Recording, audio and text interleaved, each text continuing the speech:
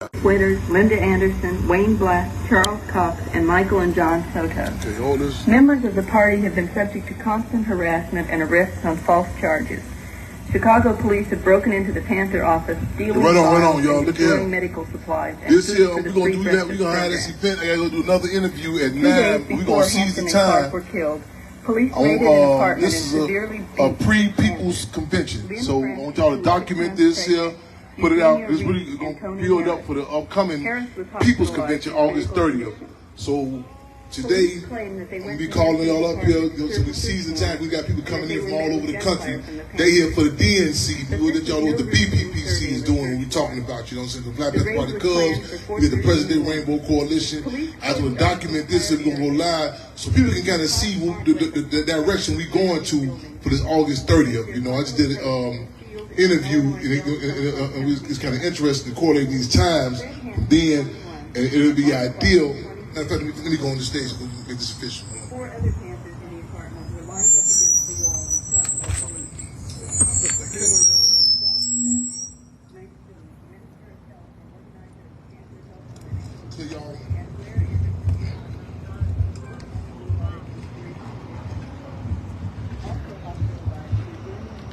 Okay.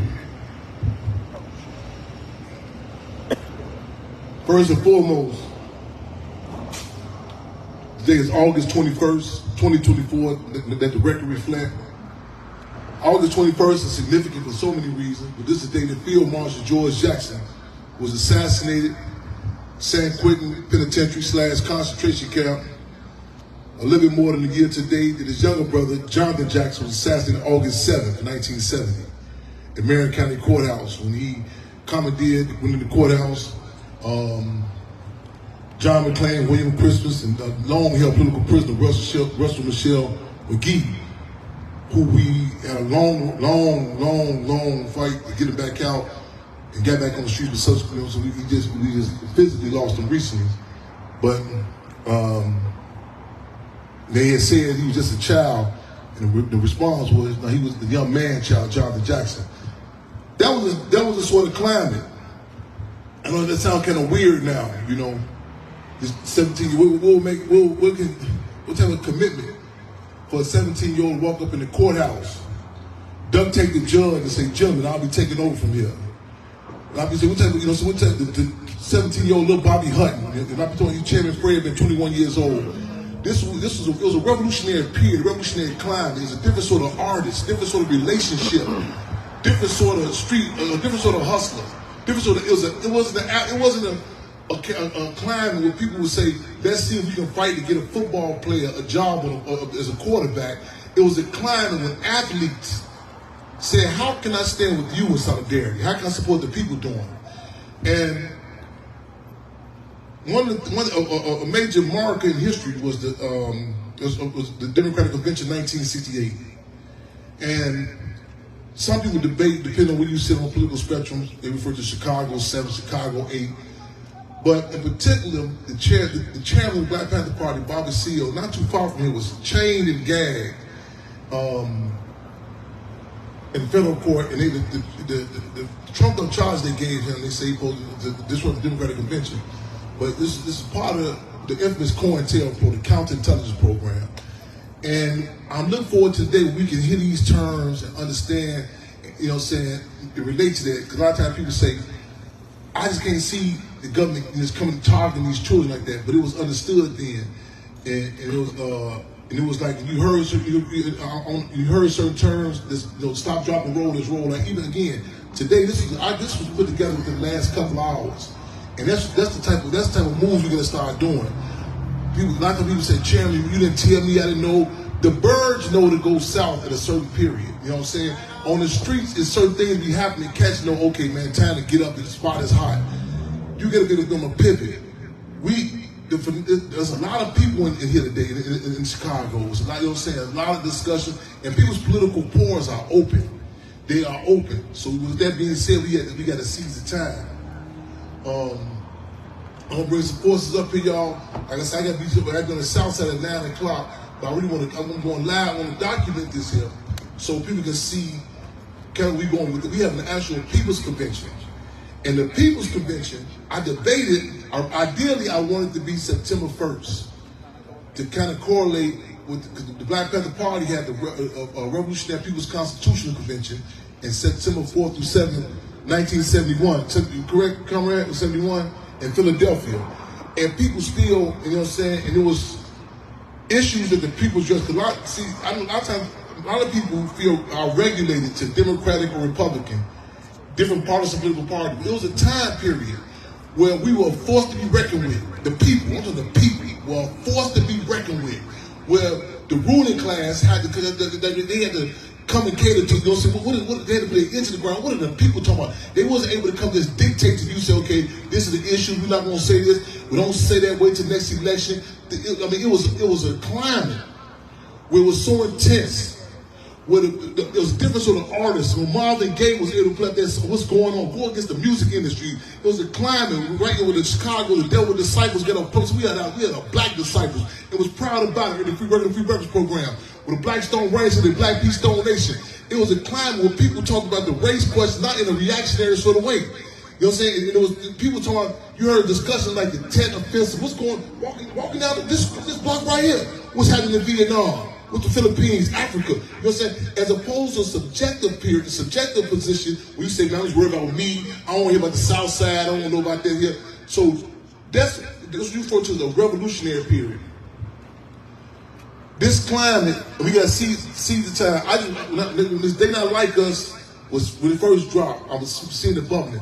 I made sure to get out to the LA, to the West Coast, touch down the community. It's a phenomenon. We came to the beach, y'all. Stuff is moving. Lenin said that it would take the people 20 years to learn in ordinary times. They learn in 2 years in revolutionary times. It would take the people 20 years to learn in ordinary times. They learn in 2 years in revolutionary times. Wow. You look at the time period. You hear these different names and stuff about the Black Panther. Look at how old it was and how fast stuff was moving. And with that being said, I want to get a couple people up here. Since I know I want to throw you on Front Street. I want you to tell me, this is my second time seeing you, but the sister, I met her through a close brother of mine, and just so happened, you know what I'm saying, she told me how the impact that Chairman Fred had on you. I ain't got to speak for you, you know what I'm saying? Let me say this to you too, and say it in plain layman's terms, you know what I'm saying, who you are, and what you know what I'm saying, your brother told you, get that to us. Okay, can you still call these and do these for me? Okay. You have to hold somebody else over yours.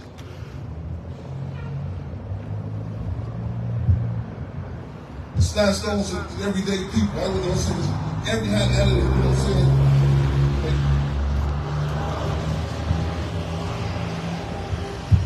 Hello everyone, my name is Frederica, and I was raised down here in the Henry Horner Projects. And at 5 years old, I used to march with his dad. He used to take us from the Henry Horner Projects to march downtown against the injustices that was going on down there. And he used to sing this song, oh, I said, you gotta go now, oink, oink, bang, bang, piggy, wiggy.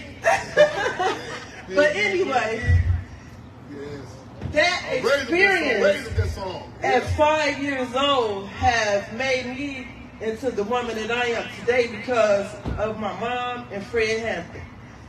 It allowed me to fight against injustice. I am a revolutionary, I am an activist, and I will stand against injustice until the day I die. And it's because of his dad. Me marching with them at 5 years old. And when they did that to him over in that house, my mom took us over there in that house, and it devastated me to see all those bullets coming in and none going out. I'll never forget that. That memory will forever be sketched in my mind. And I love Fred Hampton. I love him because he made those men in the projects protect those women and walk them home. He was for righteousness. And he was against anything that was against us as a race, and he wanted us to unify. He taught, that's why I love for our people to unify, because this system got our people so divided on every side, but he taught us unity. And I love that I never, ever forget him. I will have that man in my mind and my heart until the day I die. And thank you, brother. Thank you, sister. Right on, right on. We was on the phone and he said, like step. And I'm saying that to say that, make sure, don't never devalue, take for granted that the moves we doing, the impact is just right there. You know what I'm saying? It's my second time seeing her. We was on the phone, and she said, that's his son, and we talking, and she was telling me so. I didn't have the luxury to see the chairman face to face. In fact, I said in the poem, I learned lessons from his legend.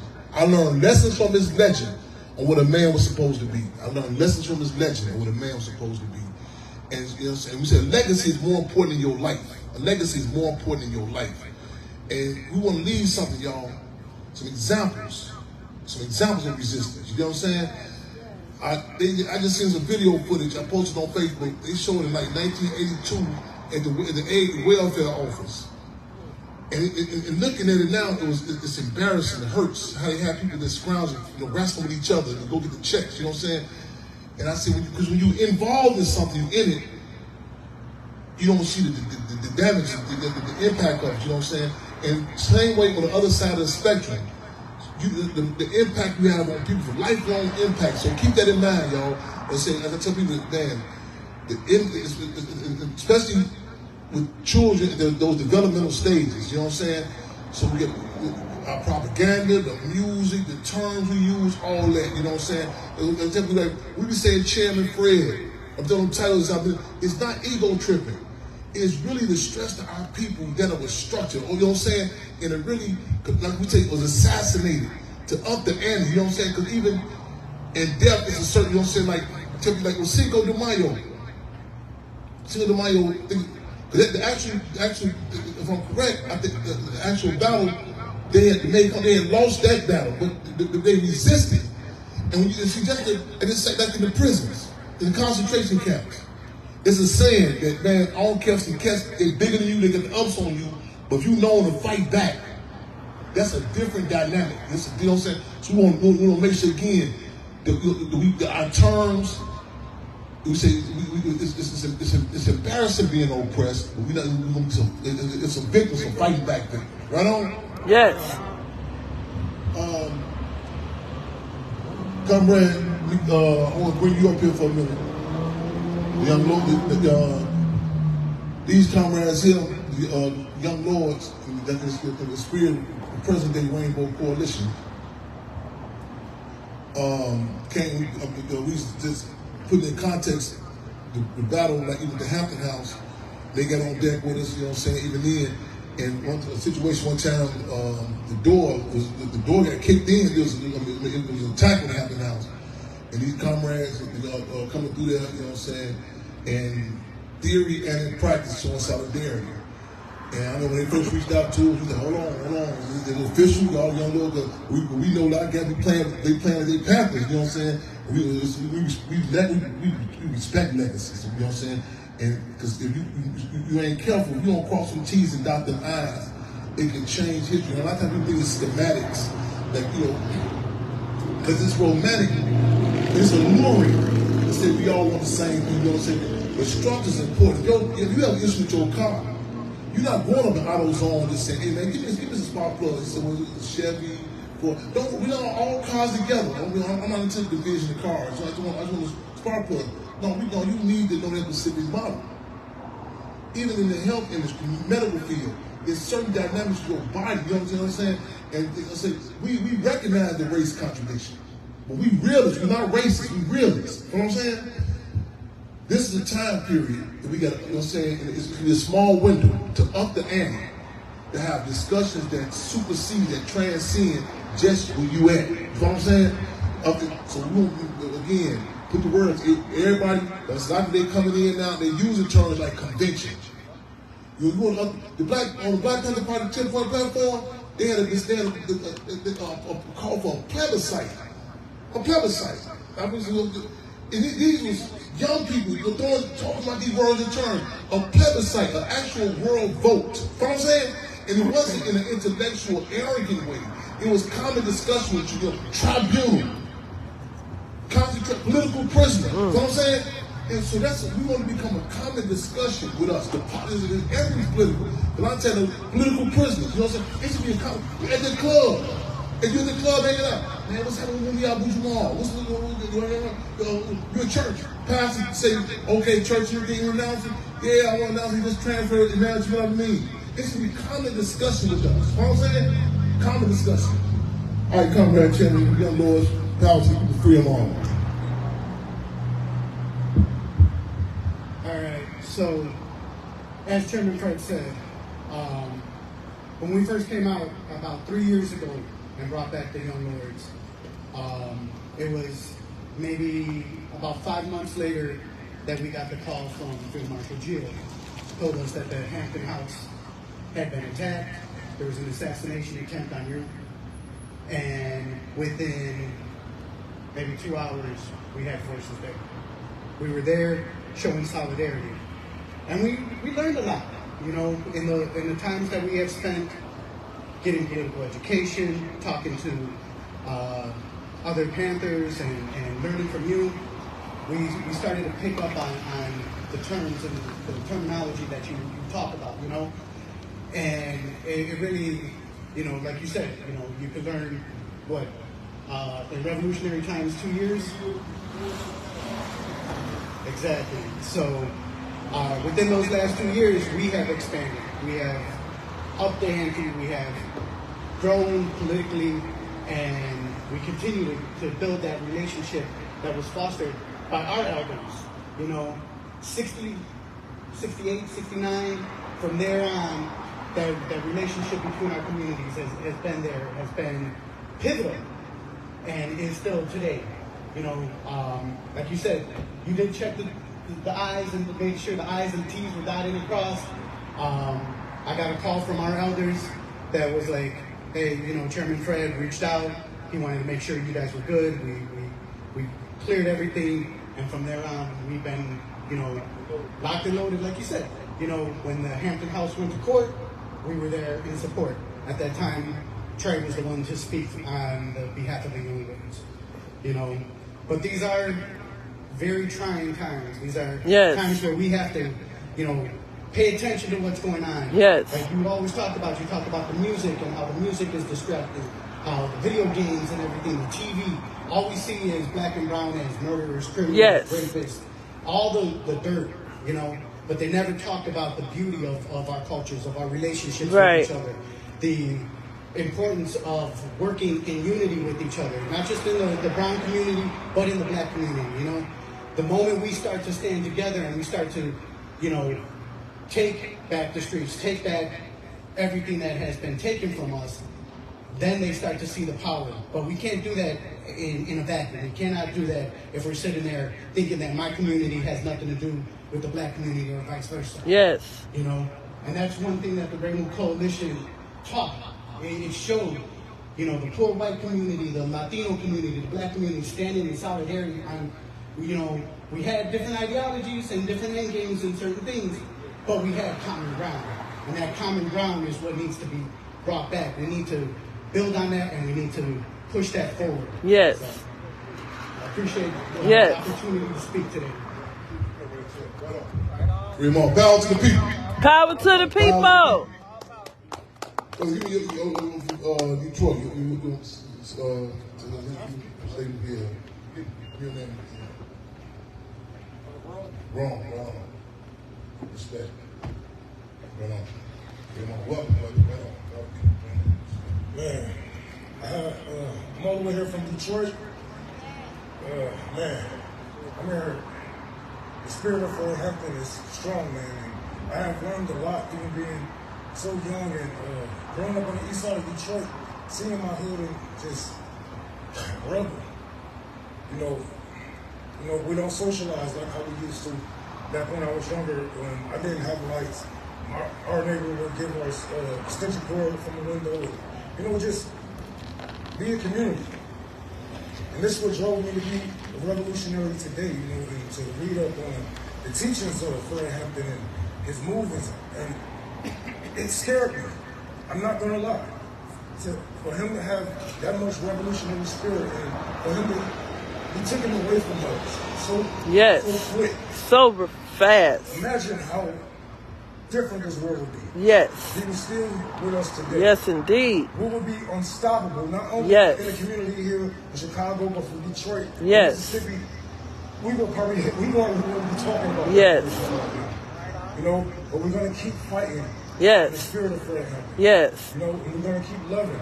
We're going to keep moving. Because, you know, I wouldn't be able to do the things that you do, the things that you build will still be here. And people will learn. Even if they're not listening today, they might learn. It takes time. We all learn in a different pace. You know, sometimes it be the message. And this was the perfect message that they took away from us, but we still here. He's still here. And you know, and I look up to you. Yes. I look up to you. I respect Yes. everything that you do. You stand strong with your community. Yes. You know, I strive to be like you every day. You know, I appreciate you for even having me up here, man. From the bottom of my heart, I love all of you. And when I go back to Detroit, you know, I'm going to continue to do the damn thing in the spirit of Fred Hampton. I love you, man. Yes. Going back into August 32, man. Right on. Respect, man. Right on. But everything I did came through earlier, dumped some food donations off the Hampton, throw that plug into the Hampton House refrigerator, y'all. And these voices here, the kids came to interview you. Y'all make a statement on who y'all are while y'all here? Okay, come on with me.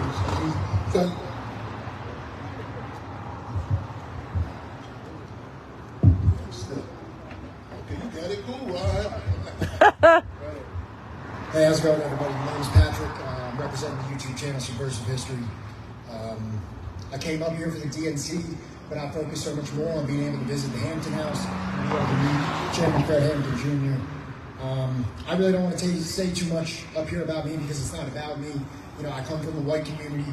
There's issues in Black and Puerto Rican communities that aren't in white communities that I never had to experience. I do want to tell a little story, though, that's kind of going to exemplify that, and that's when I spent time in jail. I remember when I got convicted of my felony, and I went into jail, and I remember being in the jail cell, you know, being one of the only white people in the jail cell, and when I would show my green sheets to the people I was in there with, they would tell me, you'll probably do 2, 3, something like that. I ended up doing 2 years of probation, and, you know, I had spoken to Chairman Fred about this, and it's like, you know, the justice system is not equal. You know, if I was Black in that position, I probably would have ended up doing 2 or 3. They didn't give me any wrong advice, but I came from a different socioeconomic background, so I didn't have the same punishment. When I was in that cell, I remember sitting there, I was in a cell with 2 Black men, and I remember they knocked on the door and they said, "Faye, bag and baggage." And I looked at them and I said, "What does that mean?" And they said, "You're getting ROR, which is released on your own recognizance, which means we trust you. You don't even have to bail out. You don't have to put up nothing. Just we trust you to come to court." And when I looked over at them, they said, "You're going home." They had an inflection in their voice that was, of course she's going home. Of course the white boy's going home. And we're going to be stuck up in here until we can ever post bail, or we can see court. We don't get a lawyer. We don't get to wear the suit.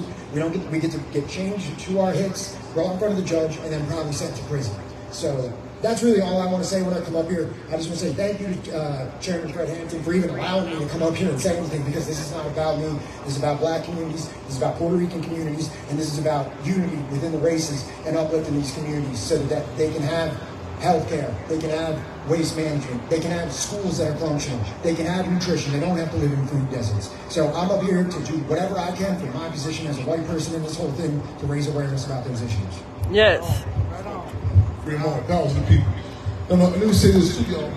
This is the people's thing. See, we are servants of the people, we are servants of history. The other day I was going through a thing, I said, man, I was fighting, I said, okay, I want this to be September 1st. I've been trying to tie stuff in with the dates and stuff. And I said, I looked at the Revolutionary People's Constitution of September 4th through 7th, but some of my major powerhouses, they had to be in and out. And there's a conversation with Pam Africa. I'm bringing her up in a minute. She had to make another move, and then who else? The indigenous forces, they coming in, the native people forces. They got to be out. So I said, okay, we're going to switch them dates around. Do August 31st. But this is important for so many reasons, y'all. I Googled and I typed in the people, the representatives, the people's convention, and it gave me what happened. A lot of times, see what, like sometimes we have a lot of times a reactionary assessment of what's going on. Like when people call me, "Oh, you just killed my son, shot my son." A lot of times you'd be surprised how many people think this is the first time this ever happened. When you have that history, that lineage, you know what I'm saying? This is, so we want this stuff going like in a time capsule so people can look back when they're going through similar situations. They can look and say, damn, I know where that corn is at, you know what I'm saying? And so when the state throw out slander or a bunch of racists, you could, the proof are in the putting the proof in the people. To see this, so it's imperative for us to come up. Because see, it's a difference between a war and a revolution. A war, you have your two armies, or two, or how many other armies you got, you swoop and you put up and you get out. A revolution, you gain a massive participation of the people. See, it's different points of unity. You know, so Chairman Fred talked about the free breakfast program. He said, these sisters out there for the free breakfast program, the police say, are you for capitalism? Sister said, no, Chairman Fred was saying something that's not cool. And police said, okay, well, what about socialism? So I said, well, you know, I really ain't too hip on all the terms. I can't debate with you on that. And the police said, well, what about this free breakfast program? And the sister said, this was feeding my babies. If you took the fuck with it, we'd blow your motherfucking brains out. You see, Stephen Biko of the Black Consciousness Movement said, black people in particular, let's go for all people. You got to be able to distinguish intelligence from the ability to articulate. You got to be able to distinguish intelligence from the ability to articulate. Podcasts can have a bunch of degrees.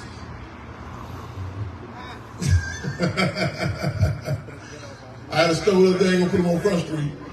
Oh, go ahead. I had them put them on Front Street, and they were saying, I said, well, Chad, he go to such university. I said, that's a damn problem. I said, that's a damn problem. It's a certain ministry. You say you take the bourgeoisie skills and make it work into the masses. Yes. This system, what they do on the international stage, they do what they call brain drains. You know what I'm saying? They go through African places, they grab people out of the community, and they give you stuff to tell you your basic gut feeling on certain stuff. You know what I'm saying? You know something ain't right. And then, you know what I'm saying, you can call these words and terms. Chairman Fred said, I can't get more degrees than a thermometer. You can't walk and chew gum at the same time. We don't, it's basic stuff that you're gonna pick up on survival skills that you're gonna pivot. You know what I'm saying? Say, hey, I know this, I know, ain't something up with this shit, you know, get shot 17 times in the back. I look at this case when we got with Jamal. You don't need this is cool, a degree in law, but you can look at them and say, man, I'm clear with the real quote unquote crime is. You're gonna say, man, you know what I mean? You know what I'm saying? You don't need nobody, because see, and there's a certain climate that we have, and not that they're trying to take away from us. Yes. If you think back not too far back, it's been time when something happened to us, our people be like, well, I'm gonna wait until my lawyer comes. You know? Then you see the climate when that's such a diamond lavish rentals. Yes. The car, when the police killed that Philip Flando Castillo. And she said that he was like, in the history, in the true nature how they moved, he was telling her right then that he didn't do it. And they'll tell you so many times, you be like, well, maybe she said, no, you done that. And then she came out of jail, bought a pack of Newport cigarettes. I remember like this yesterday. And she told you what happened. She won't worry about, let me get my hair did. You know what I'm saying? That's how we was. I'm the Mike Brown's mama. The words, she said they wrong. See, don't know like too sure you gotta know this word, this terms, or you know what I'm saying? They do their side, we call it the side track of the slave. They'll take you, and whatever they do, they have you come up with Rodney King, was he speeding or not? You know what I'm saying? I use the analogy like, say you at the hotel, you got at the hotel, another lady, this woman pull up on him, she said, no, he flipped the script on her. What you doing riding around with Sharon? That's the system they flipped the script on. They're gonna say, you from Detroit, you know the Malice Green case? Man, Malice Green, Detroit, man, check Malice Green. The police were talking about he was high on cocaine. Man, Detroit, the people, man, they said, we don't care if he's high on heroin. Don't convict them police and see how we get out. You know what I'm saying? See, That's the position, you know what I'm saying, you're on the offense, we got to start taking, you know what I'm saying? And you don't, I don't care, nobody, they'll sidetrack you, you have a degree, you know what I'm saying? None of that. And you, and don't let them believe that you got to be, these are your only ways of, you know what I'm saying, speaking out to these different partisan political parties, you know what I'm saying? That's your thing, so be it. But the deal is the masses of people, man, it's certain issues, like, we got to turn the tables. We had this thing when they had that voter die. That's what Puffy did. They didn't come to Chicago this year. They had that voter die. When they drove, our thing was we turned the tables. No, what's their position on political prisoners? What's their position on reparations? You know what I'm saying? See, turn the tables. That make you feel guilty. Like you ain't who you support? No, what do they support? You know what I'm saying? We got basic issues that ain't gonna go away, you know what I'm saying? This ain't no Black History Month thing, this ain't no election time thing. These are issues, you know what I'm saying? Real deal. And I normally tell you, wait till next election. This got man, white man, that, you know what I'm saying? And have an internet and ask questions. That's when they have like children. Don't ask the likes about that, you know what I'm saying? You know, people don't think Gaza is like, you know what I'm saying, another world, you know what I'm saying? These locations is like relatively close. You know what I'm saying? So we got and draw that correlation. See the time, the Congo, you know what I'm saying? Haiti, you know what I'm saying? And then critical analysis. Not just a reactionary say who the people you see. This system's Machiavellian. The US, they'll say, okay, we're not over there in Haiti. They'll go to Kenya, grab some of us from Kenya, put them over there. You know what I'm saying? Then they'll boast up and say, the U.S. is not engaged in war. Oh, you done spotted, you done gave them all these weapons, you know what I'm saying? So technically, you know what I'm saying? They not engaged in war. So this is a Machiavellian machine, you know what I'm saying? So you got to get critical analysis. So for us, I'll be fortunate to be on the battlefield with it, you know what I'm saying? And this is inspiring for so many reasons too, because a lot of times, what did they do was, it's in the message to the community in general, don't fight back, don't say nothing. We all know about George Floyd, Breonna Taylor, and it's an inspiration to have forces. This Breonna Taylor's auntie, she's here with us. You want to come on? I don't care what you. And Jacob Blake, she says, if you just say you hear, that quality outweigh quantity. Come up, if you stay right here, just say you hear. Jacob Blake, the father, Jacob Blake Jr., and hey, it speaks volumes if you just say, man, who you hear, you know what I'm saying? Because again, the breaking process is serious. You know what I'm saying? They get out on us, they send a message, you know what I'm saying? And I'm telling you, I'm honored, you know what I'm saying? We get called, Mike Brown Jr., the 10th year after his murder, my big brother, he said, get you in the morning, Chad. I said, okay, cool. And I love the people, everybody know that Chad gonna be late. So he pulled up. I'm running late. She called, we in sync, that's how we work, you know what I'm saying? I see her name on the phone, I said, shit. I'm pressed, I'm feeding gas. We get there, she on top of us, we put her in, lock the door. House right there, I mean, everything, we teamwork, we getting down, stop, drop, and roll. And we don't have the luxury a lot of times to, you know what I'm saying, we got to go on pivot. These different events popping, we got to be a million places in one. And again, there are no perfect allies, but to have forces like this, you know what I'm saying, it's inspiring. It's inspiring. Free them all, everybody. Free them all. Free them all.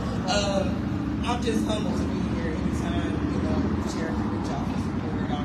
You know, like you said, the pressure is definitely applied. So if you know me, you know that's just part of my personality.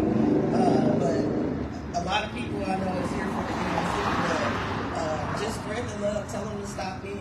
You know, it's still safe to Hampton House at the end of the day. You know, at the end of the day, this will go on for a week, but we still here pressing on, right on. So let's just remember, just spread the love. Next week, we'll be out here for a long week. You know, my job is to keep my brother motivated. Yes. So I play plenty of positions in this movement. Not only am I out here keeping, you know, my niece Breonna Taylor, her legacy alive, and to remind people that we still need justice in Louisville, Kentucky. We do have a court day and reach out for Brett Hagerson coming up October 15th. Please stay tuned in, Kentucky. We need the citizens of Kentucky to send this man to prison. Let's just start there. And I'm not gonna go on a rant about it, but that's one of the reasons why I continue this train. Is because I'm impacted by that. I'm impacted by my brother Fred Hampton Jr. At the end of the day, I don't even know. Our energy is so high is because the similarities is there. Just back to 1969 from 2020. December 4th, 1969, May 13th, 2020. His father was assassinated. He was asleep. March 13th, Breonna was asleep. They used the same technique to assassinate our loved ones, man. Look at that time frame. 69 to 2020. To 2024, they don't even knock on the fucking door no more. Sonya Massey, they just come on in. Yes. We welcome them in our house. So at the end of the day, the DNC is important because at the end of the day, we need Kamala Harris to be the next president of the United States because it just makes sense. Regardless what color she is, how old she is, she's the one that qualified to do the damn job. To bring back humanity. To pass laws like the no-knock warrant that probably could have saved Chairman Fred Hampton Sr. in 1969. So I'm just humbled to be here. I'm sorry, y'all. Just give me the mic and I just go. But appreciate you all for being out here. Save the Hampton House. Save the Hampton House, y'all. There's no, have y'all been to the Hampton House? I'm just going to speak on it because he's telling me to speak on it. At the end of the day, that house needs to be restored. It needs to be respected. And we as a community should have done it long time ago. So I'm asking, this is going to be our mission this year, is to save, let's actually save the Hampton House. I'm not going to get all the way into it, but it needs to be saved. It's too much money out here running these streets for a historical building as the Hampton House to not be marked as it should be. I think last year you got your plaque finally, but that's just the tip of the iceberg, y'all. We got to start talking about stuff that actually matters, that actually makes a difference in this man's life, not y'all life, not my life. I'm not out here because of what makes a difference in my life. I'm out here that's going to make a difference in the next generation life, my son's life. Because what happened to Breonna, I'll be damn for sure if anything like that happened on my watch. Now that I'm on board. Because I was forced into this. I ain't asked to be here. I was chosen for this work. I don't want to be here. Ask him, I don't be wanting to go. Hell no. I want to sit here and watch baddies. I want to sit here and watch Judge Mathis call everybody a crackhead. I want a normal life. I want to go to work without getting side-eyed from these weird-ass police officers. But we ain't going to go there. Do what makes a difference to the person you out here fighting for, y'all. And that's all I have tonight. I love y'all. Peace and love. Thanks for being here. Save the Hampton House. Let's save the house this year, y'all. Free them all. Now, you come back August 31st, get them again now. Free them all. Free them all. I am a revolutionary. Trust it. And everyone that tells you they're a revolutionary may be suspect. COINTEL is real. You understand me?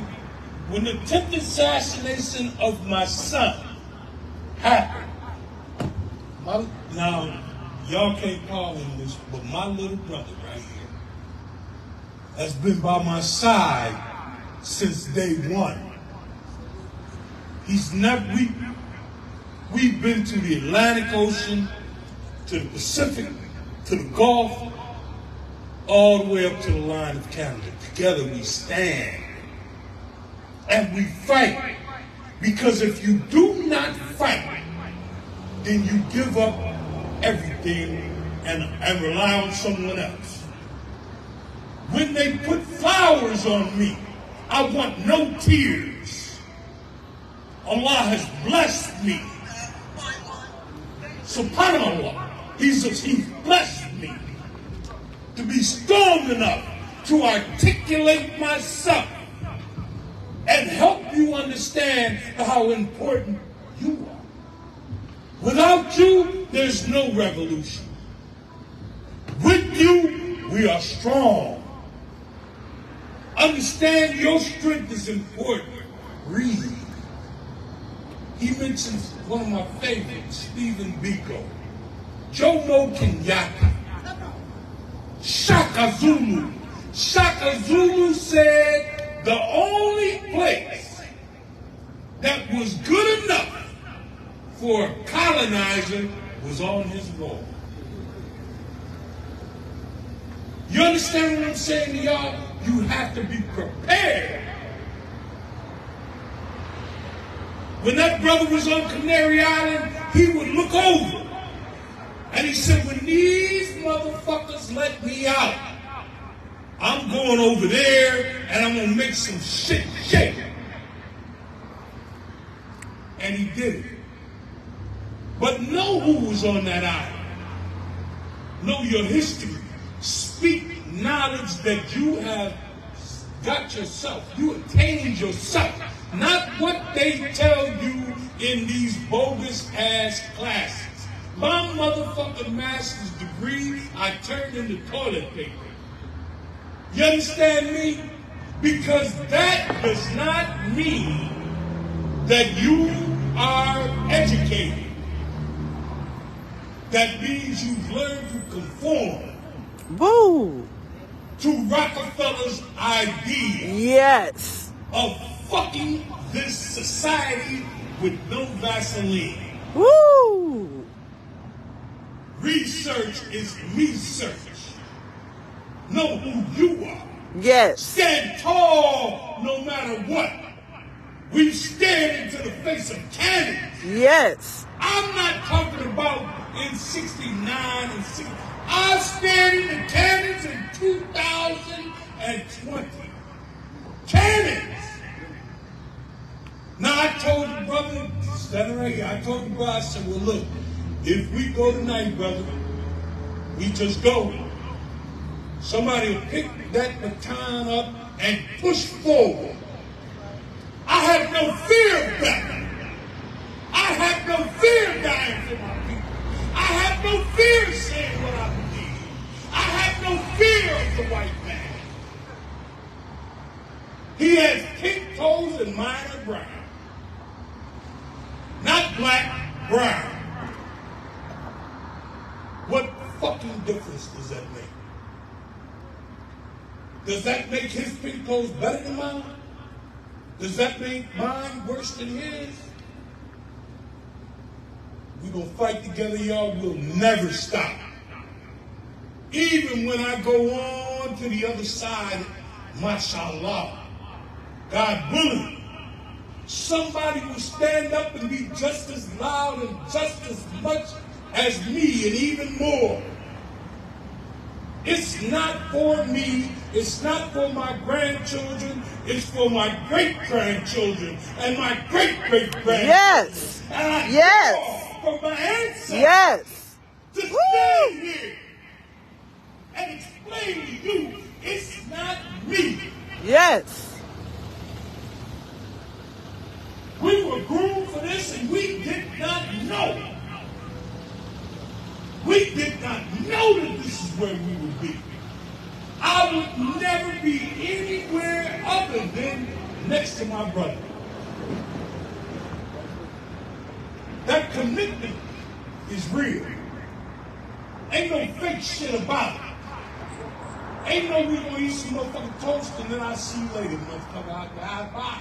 No, I need to know where this brother is. Because I care, I love this brother. This sister Do you understand that they dropped a bomb in Philadelphia on my motherfucking people, man? Yes. We got our ass beat at Virginia Beach. I was there. I'm not telling you some shit. I have never had respect for the motherfucking pigs. But that's no reason to be fearful. Embrace your fear. Yes. Turn your fear into energy. Yes. Motherfucking, Woo. you touch me out, I swear to motherfucking God. If you me and this brother we be bushing a motherfucking wood. Now, do you understand? Now, I'm not the best with checking my cursing and my attitude. I am an asshole too, but in the right, proper perspective of being an asshole. If it comes to me and mine, and for this brother, let me tell you something about this Lord, man. I have respect for you brothers beyond. You understand me? You understand me? I know who you are. I know from whence you come. Structure, like the brother has said over and over again this evening. Structure. Structure starts in your household. Yes. Structure starts with your children. Yes. You don't wait until they're 15 years old to try to introduce structure. You give structure from 2 on. One, that first year, you trying to be all right with your baby, who you gonna talk to him. You understand? But when he turns 2, stand up straight. Fear nothing. Talk too much in here. I love you, brothers. Free them all. You ain't going nowhere. Man, right on. Look at y'all. Don't think, hey, keep this momentum going. Hey, August 30th, and we right back over here, y'all, at 2 o'clock, August 30th. I'm going to make this move in this interview, but Conrad mentioned earlier about, the Hampton House attack, the assassination attempt on my life, and a lot of times there's forces that you see, you don't see, you know what I'm saying? That's why I said the distinguish from war and revolution. And I ain't gonna go into details. I know people's coming down on me, you know what I'm saying? Hit me up. Can you hold this while I get my jacket? Right there. Get my jacket. Right on. And Jacob Blake, man. You gonna take our love? Okay, B, y'all keep us posted. Absolutely. What time? Give me a time check. 801, 802. It's 802. Okay, we talked about that earlier, and it was forces that came over there and helped me did security protocol, everything. And I know my sister didn't get all the details.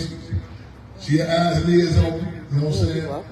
And lineage is something. Did Big Mike leave out yet?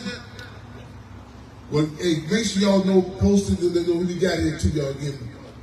I mentioned Dale with Africa, Mr. Chuckles, the Black Panther Party. I got Yvonne on see Yvonne Pam Africa. I mean, to be tied into your brain. That's how I judge certain people. They tell me I've been in the hold on, you touch down the moon family. These are certain community anchors, community staples of struggle. They're automatically. And I appreciate all y'all who came in, went to the Hampton House. But this is forces. I was just like earlier. He said, no, I heard her. I read about it. I said, no, that's cool to a certain degree. My first time leaving out the country on the France, on listen up, a delegation about Mumia Abu Jamal. I was struggling with some cats the other day. I said, well, the Africa, a lot of these forces, there's a vacation. Terms like that, delegation, we went on official business. You don't get struggle mixed up. We have a good time. We have all of it. They say when you love what you do, you never work a day in your life. But there are certain things, y'all, it's serious business. So we got the terms, we went to France onto a delegation. With me, Abu Jamal, we want to start having against Nipsey Hussle said when he went to his home, Eritrea, he said it gave him a whole new understanding of who he was, his culture. You know what I'm saying? Start having international discussions, y'all. You know what I'm saying? Yes. Again, I know it's cool. We want to be in these subjective bubbles, y'all. And then we take advantage of people that we got right here with us, y'all. That being said, my sister Yvonne, and Mr. Conversation Pan-Africans here, y'all. They put the word out. They're going to be back again August 30th. Right on. Right on. Yes. All right, so my name is Yvonne Malika Kosovo, and I'm going to go ahead with Mr. Toilet Paper Masters and counter it with multi-degreed and pedigreed, born of 2 seeds, daughter of a revolutionary. Christina Chuckles May, Dilbert or Africa, planted the seed in me so that I can prevent the downfall of this legacy. I'm moving forward, see, infiltrating every day, because that's how I'm raised to be, assimilating and going in, countering COINTELPRO. What I do is go inside the popos, work with them. At the end of the day, before I left, 37 of them were fired without a pension. How about that? Let's do it. What I do is go inside the government, what we otherwise call the shitstorm, work for all of them. At the end of the day, many of you have read their stories. I don't even have to go through the litany of the politicians from Crook County that I was a part of their downfall. Fired, no pension. I have no problem being that one that's going to be sneaky leak up in these streets and figure out what's going on the inside in these C streets. So that's why I do what I do. Everything ain't about making noise, but make sure that you know who you are. Study. What my brother say? Know who you are. I don't give a damn what your ethnicity is. But what I do know is we want freedom. Yes. We want the power to determine what? The destiny of black people. And yes. Right? Yes. These oppressed societies are still going on. Yes. What do we want? We want full employment for our people. Still, we want what? We want to end to the robbery by these capitalists of black and oppressed communities. Yes. What do we want? We want decent housing fit for human beings. These are the top 5 people, top 5 of the 10-point platform. Know it. My mom was Minister of Culture, built to not just protect Chairman Fred Hampton Sr., but also to protect an archive and know what it is. So my house, I grew up doing a whole lot of things, but one thing I do know, it wasn't about an encyclopedia. You want to know your history? Let's go there. Right. Let's go. Let's go. You try and dig up for this gold. You go and pick some cotton. You go back to the motherland and figure out how to do it. You learn how to do a loom. When I tell you I can do all things, I mean it. And I'm not boasting. I'm just saying that's how it was in my crib. When I tell you that they taught me how to turn this fear and pain into something else, to remove the disdain of our people, that's exactly what I did. So, one know too much mourning. Yes, we cried when they bombed and killed my sister and 10 other people. Yes, we cried, and I tell you, I'm a daddy's girl to my heart. When I tell you that I ran away from home in Chicago to get to my daddy in 78, exactly what I did. I was there on trial. He's yelling out a cuss word, I'm cussing too. 11. I have no problem with it. Last, top 5. We want decent education. Say it again. We want decent education that exposes the decadent American society. We want education that teaches us our true history. Yes. Teaches us our role in present day society. Yes. It sounds so good to my ears to repeat what I have been reciting since 1.5 years old. I've been talking a long time. The problem is these top 5 should not still be an issue in present day society. Yes. We want to end to police brutality. I could go on and on the 10-point platform. Yes. Every single last point still relevant today. Yes. So it's not so much about all these marches and all of that. I'll participate in a few of them, just a few, and I mean 1, 2, 3. But I guarantee you, if you ever hear my name, you ever remember the spirit of Delbert Africa, if you bring up the fact that I am also a Cub and daughter of Chuckles, know that I am always, always, always at the very height of the top, running around with these people infiltrating. Right on. That's all I got, Auntie. That's a lot. And that's a lot. That's a lot. I can't hold both these things. Right. I'm Pam African Minister Confrontation for the Move Organization.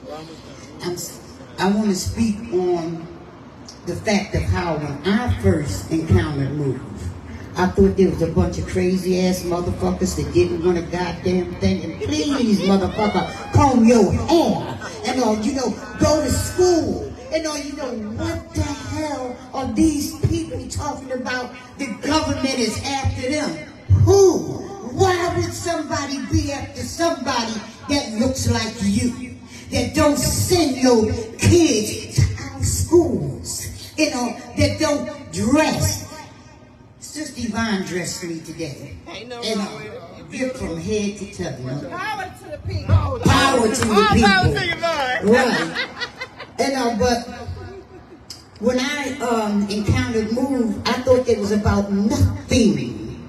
Because this system at this time, it was very few channels. 3, 6, 29, 17, 48, PBS, and that was it. There was no social media. So what you was fed was what they want to feed you, just like today. They said Move, didn't work. I repeated that shit because, see, I didn't understand what work was. And if you wasn't, in fact, during that time, my hair was blonde. You didn't catch me without a pair of high heels on. And you didn't catch me without my 3-piece suit. If I was going to school, I was putting my makeup on and stepping out the door. May, as soon as May came in the door, May 30th, and I was dressed in my red, white, and blue. And because that is the colors of the flag. September, I stepped into something else. I was Miss Motherfucking America. Didn't want to be nothing else. Panthers, oh shit. I didn't want them motherfuckers near me. And because they wasn't going where I was taught to go. I was taught that there was rapists, robbers, murderers. That's all the stuff that I saw in the paper. And so I stayed away from them. The Moorish Americans lived across the street from us. My father told me, he said, you ever see them little monkeys that this guy had his little thing, they be winding up and they be jumping back and forth with the little thing on their head. And he told me, he said, that's what they want to act like. I took that for real, because that's what my daddy told me. Let me tell you who my daddy is, because he might be y'all's too. But I'm not saying physically y'all's, but I'm saying the ideas. I grew up, my father ran a house, did numbers, prostitution, you name it. We had 2 houses, one side by side. One side was where the numbers was ran, the alcohol, the weekend parties, the corn liquor was made. On the other side, we was Catholics. And and our house was always getting raided by the police. And my father paid. He was doing liquor for the Italians, right? And see, people need to know people's backgrounds. Because what you see, you got to understand the full thing of what made a Pam Africa that want to turn this motherfucker out. That will confront these motherfuckers. Because I understand where they coming from. I was brought up in the house and they would send cops in there. My father would have, they would kick the motherfucker's ass. We was kicking, stomping. You ever see the movie Serpico? That shit is real. When they came into our house, they came into the den of the motherfucking devil. And who was actually protected by they fucking bosses to what they looked up to. And they sent them in our house and for a raid, because every now and then you gotta make it look good. My father would go to jail for 1 minute or two, and he's right back out doing the same thing. We were taught by my father and the people that were surrounding them, the Panthers was cold-blooded murderers. They was rapists. They was robbers. Anybody that was against this government. And my daddy, to me, we didn't want for nothing and stuff, and everybody who was around him was just like him. So I grew up thinking for sure that when people were saying about police brutality, I thought they were lying. Because we were taught to lie and say that the cops did this to us and did that to us. Tell you about me, feelingless, how I grew up when they did Attica and killed all them brothers in Attica. I had no feelings for that. I flipped the channel. I didn't want to see that stuff because I think maybe during that time, one of them damn stories was on. General Hospital was mine after I had children and still hadn't learned the damn thing. But I'm saying this to say that with that particular background, people we say, you had a lot of patience for people. Because patience was given to me. I stepped into this movement. My first taste of police brutality was I'm working with a youth group, and I had 2 boys, single mom, and I wound up working with a youth group called Brotherhood Service Group. And Brotherhood Service Group, I didn't want to teach, basketball, football, and all that stuff was fine, but look here. These young men that I was working with that was helping me with my children, they didn't know they didn't know electrical work. They didn't know anything about holding a saw, fixing a house up or anything. And they didn't have no sister skills. All the brothers was calling the sisters boogers, or, they're looking at them like, all wrong kind of stuff. So we just bring them together and go into different things. And one day I'm coming from an event, and one of my youth was driving. Cop stopped us on one side of the street and told the driver to get out the car. He gets out the car, minding him, like people say, you always gotta, and this is what we tell them, do what they say, and nobody will mess with you. I truly believe that. I truly believe that. And if anybody got beat up by the cops, it had to be something they did. Firsthand, this brother was shoved up against the wall, and stuff. The cops started beating on him. I jumped out the car, with my blonde wig on. I'm sharp as shit. Miss Red, White, and Blue. And I'm like, stop!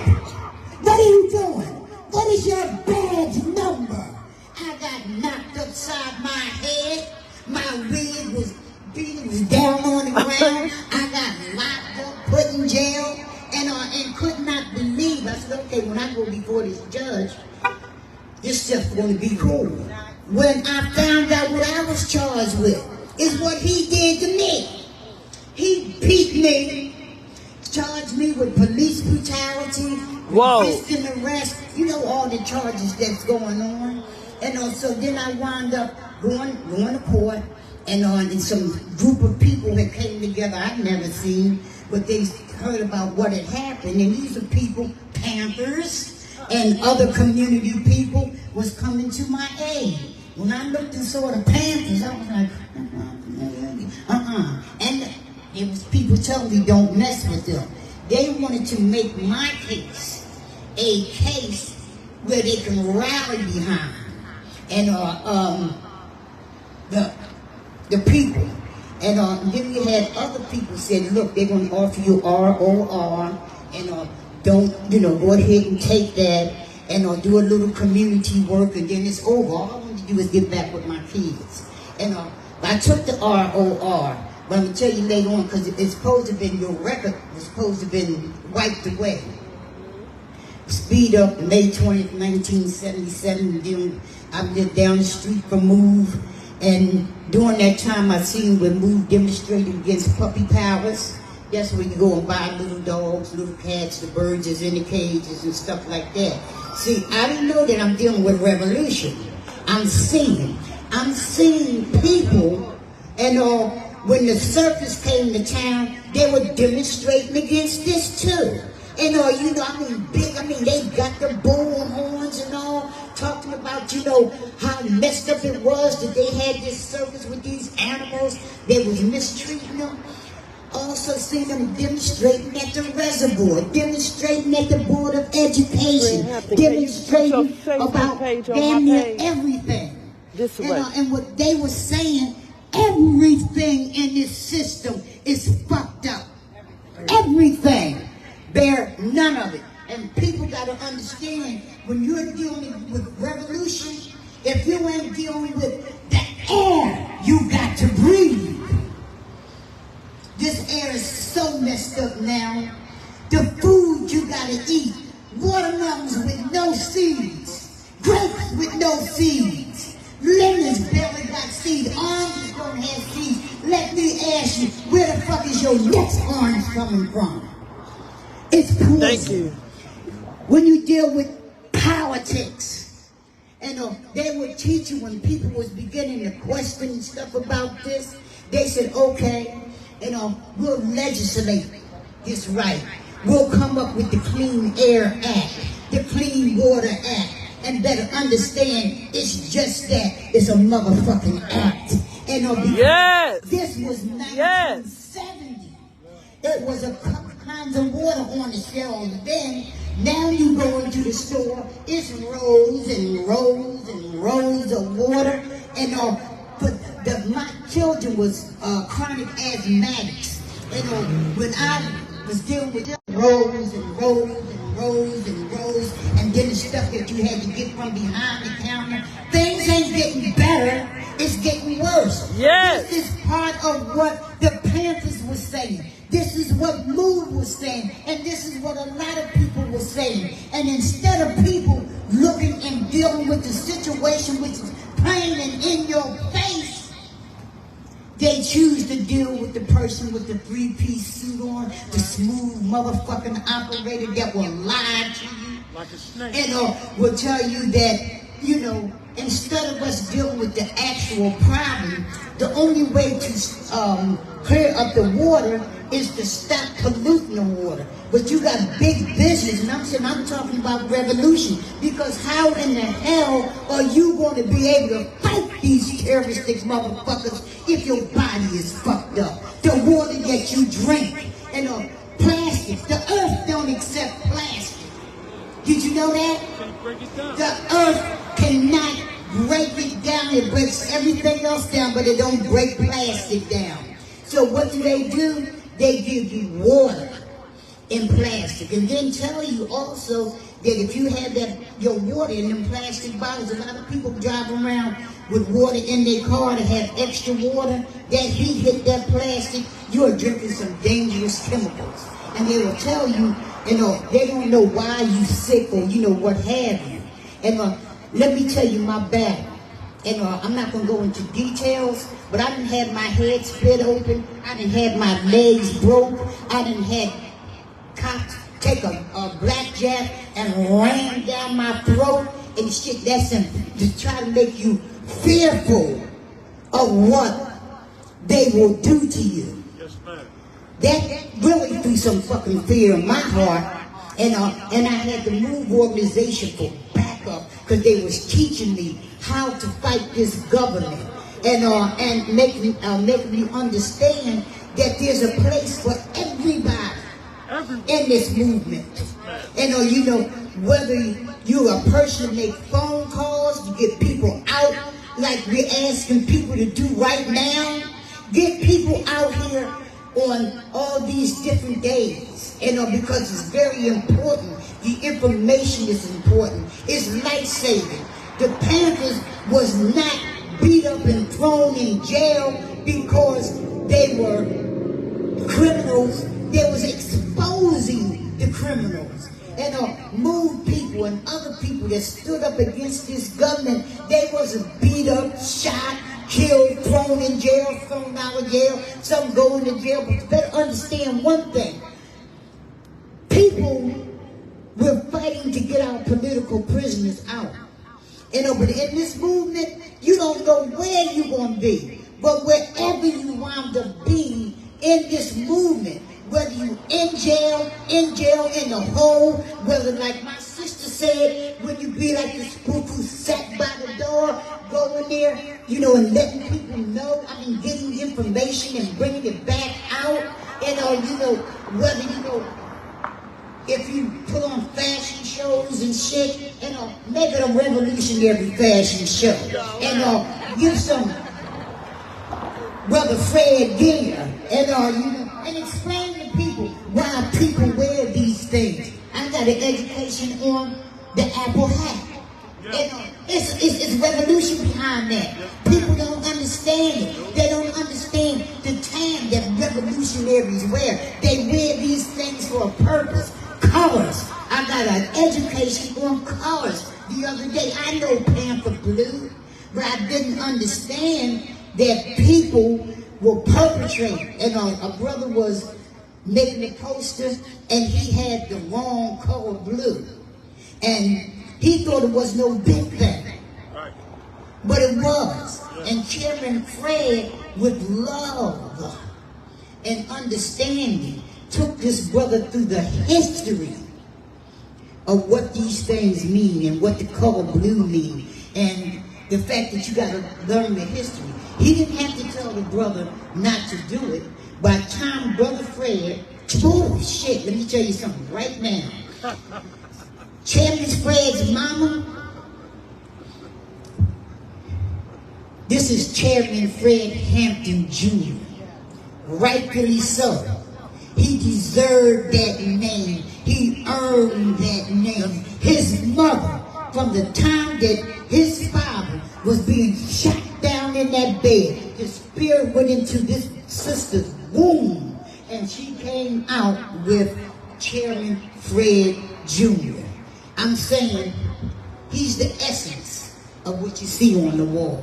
He's the essence. See, when Chairman Fred said that, how do you say you can kill a revolutionary, but you can't kill the revolution. Proof. Yes. Young Lords is proof. Yes. And in each and every last person. This sister here, just like me, I was not a person who was thinking about coming up on no front line. I was always a cursor, but I had something to curse about. And I know what a motherfucker is. And people say, damn, can't nobody say motherfucker like Panther said. She say motherfucker the same way I mean it. I'm saying, and a lot of people, was another sister, very well groomed. Her son was driving down the street. Something happened a few blocks away. I said, what makes us? And cops pulled up on them. The brothers got scared, so they started driving fast. The cops stopped them, helicopter overhead, and she got snatched through a cop's window. Through her window in the car, and while working for the police. But these are black brothers, kids, educated kids was beat. When I came up to help them demonstrate, she said, one thing I would like you to do, I would like for you not to use any profanity. I'm saying those who know it, you feel it, you say it. Right. And she said, but you say too many of them. Look, skipping all past it, she went through forth with the promises, and politicians, she learned how to call them motherfuckers too. From those that are presidents on down. Because she found out it's the lie. It's the lie. I don't care what level they come on. I don't care how sweet they come talking. But if you look at it, and you got to look at it further than what's here. In Gaza, they bombing children every day. Right here when 911 happened, they were had you believe there was a plot. It came from the outside. It came from the inside. They needed to start a war. Look at, I'm saying, educate it yourselves. Don't let them keep force-feeding you the fucking lie. Because that war that happened in Japan, when they dropped that bomb on Japan, go into history and find out exactly what happened. Because you went into history and during that time, it was exposed with 911 and the Tower building. Did you know they were trained here? They were, oh, you got an interview at 9? Look. Okay. I'm going to wrap this up. But I just want people to understand that all revolutionaries don't come from the womb of mama like he was. We're born in the street like she is, like a lot of people is. We are the children of oppression. We are the children of what this government is trying to fear. The reason why you don't see a whole lot of people, it doesn't bother us to an extent, because we know their tricks. When they gave you that damn, all the channels, gave you the internet to tell you what is what, before people was in the street. We are the ones who got to teach, like the brother came out here today to teach. But I came here to Chicago to be a part of what's going on here, and it's not the first time. Chairman Fred and I have traveled to, outside this country to see the oppression and demonstrate with the people there and those that want to help and have come here and funded this revolution from Puerto Rico, from Haiti. Haiti, whose children was eating dirt, they was funding this revolution as well as we was funding them. Ain't no power like the power of the people when the power of the people don't stop.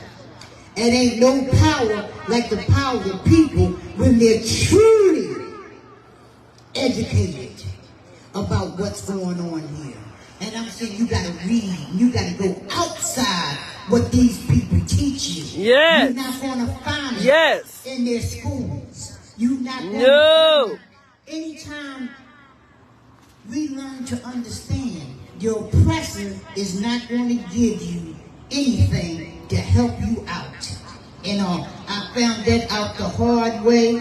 Whether it's black, if you see blacks in high places, you better understand the trick that they're doing. Housing, I don't give a damn who been in it. Obama was in your housing, didn't get better. They give us some things to satisfy us, to say, yeah, but when you turn around and you look deeper at it, when you really look at it, you say this motherfucker ain't no different than them.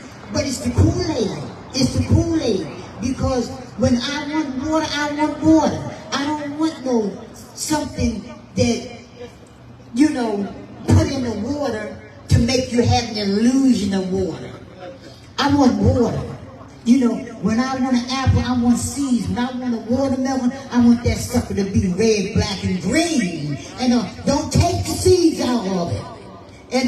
Understand, you got to teach people about the food. You got to teach them about the water. You got to teach them about the political prisoners and the prisoners that's in the jail that is saving our children. They want to show you that everybody in them prisons is bad. Bullshit. People go in there fucked up, but they meet other people and they get better and they teach and they come out of there and they send people out here that's in the front line fighting for us. So I'm saying, wherever you at, teach. Go and find the truth and teach it. You ain't gonna find it in them schools now. There are tools that you can use in there for sure. There are tools that you can use in there. There are people in politics that you can use as well, but they're only going so far. They're only going so far. And when you think that these people is 100% your corner,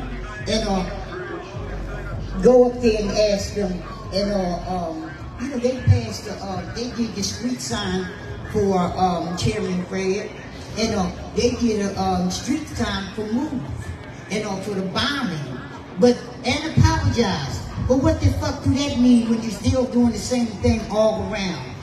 We don't want your apologies. We want to see something. And in fact, we want to see everything change. With that, I'm going to say, long live Chairman Fred Hampton. Yes. Long live Sister Akua. Yes. Don't get the recognition that she should. This sister is the one who was in that room. Yes. 17-year-old, right?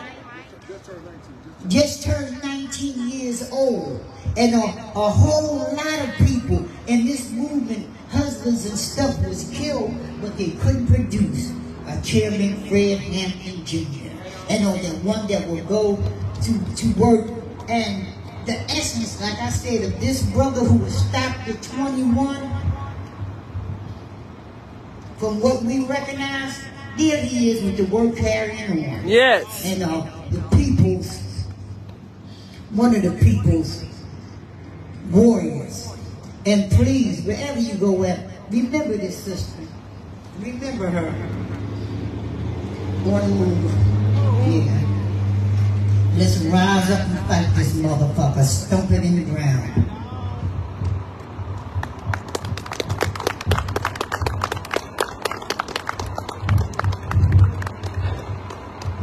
I'm gonna cloud a million.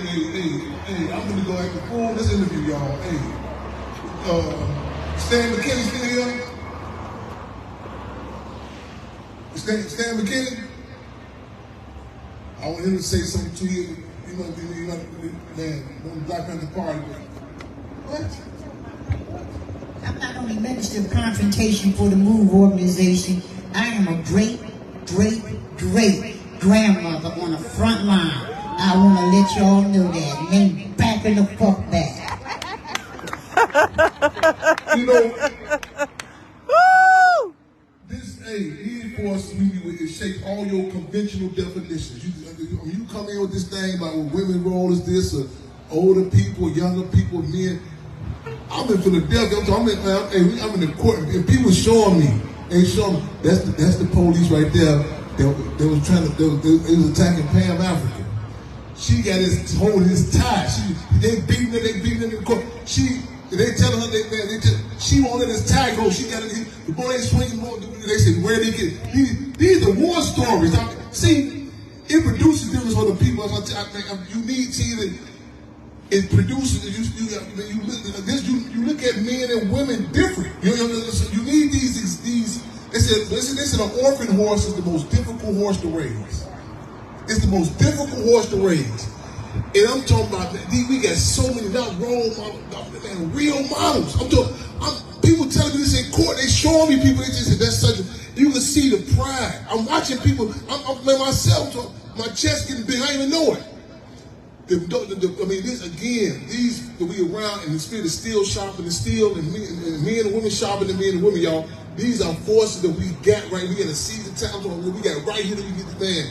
As a charge of y'all, and when duty calls, and we rolling, y'all. Until wherever we at, we ain't set tripping. Man, until Kentucky, Philadelphia, Chicago, wherever set. You know what I'm saying? I gotta roll. Y'all put the word out. Let people know who missed this, repost it. It's going back here August 30th, y'all. Revolutionary love and respect. I'm gonna do this interview. If y'all want to check it out, this is a big old room of youngsters. I'm gonna be over there. Y'all wanna go over there, sit down there with them, they cool with that, or check it on my line. I'm gonna go on there out south. If you go live up in the studio with these youngsters. But I'm on charge right now, y'all. I am on charge. Love y'all. Love y'all. Love. Respect. There you go. Y'all good? Call me. Oh, I'm on cloud million. Love y'all. Philadelphia tomorrow. Love you. My pleasure, bro.